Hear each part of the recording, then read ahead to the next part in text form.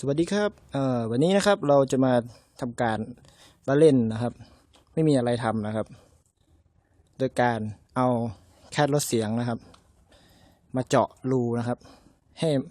ให้รูมันเยอะขึ้นนะครับว่าเสียงมันจะเป็นยังไงเมื่อเวลาใส่นะครับโดยการเปรียบเทียบนะครับนี่คือถอด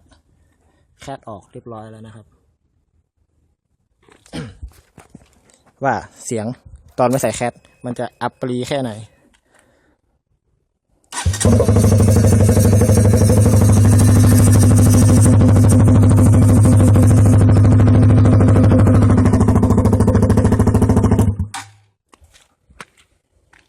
โอเคครับทำการวัดขนาดของแคทครับ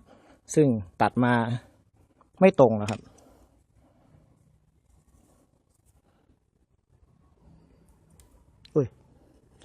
ตรงนี้ประมาณ1 นิ้วเกือบครึ่งนะครับ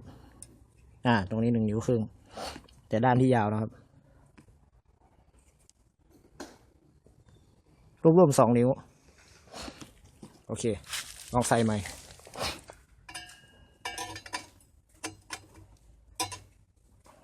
ดีละ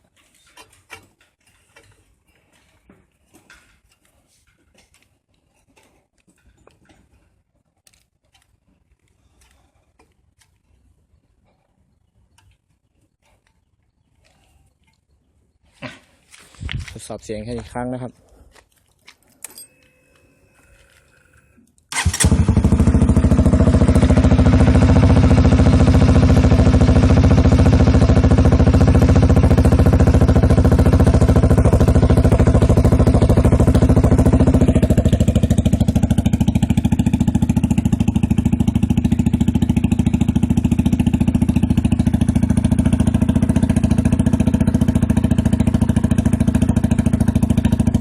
เอาละครับตอนนี้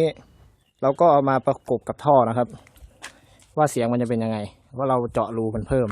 เสียงมันจะดังขึ้นขนาดไหนจะเพราะเหมือนเดิมไหมต้องลองฟังนะครับ